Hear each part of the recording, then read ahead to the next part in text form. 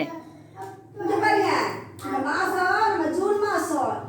என்ன நம்மளோட பாட தலைப்பு என்ன தெரியுமா? பூக்கள். பூக்களை பத்தி நம்ம பாட்டு பாட போறோம். பூக்களை பத்தி பாட்டு பாடலாமா?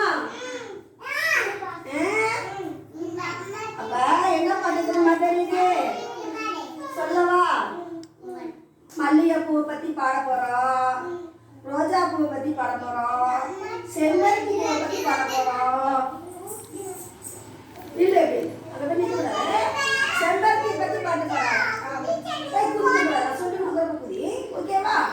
சரி, இப்ப எல்லா பூக்களையும் பத்தி பாட்டு பாட போறோம். வரலாமா? நான் டீச்சர் சொல்ற மாதிரியே சொல்றீங்களா?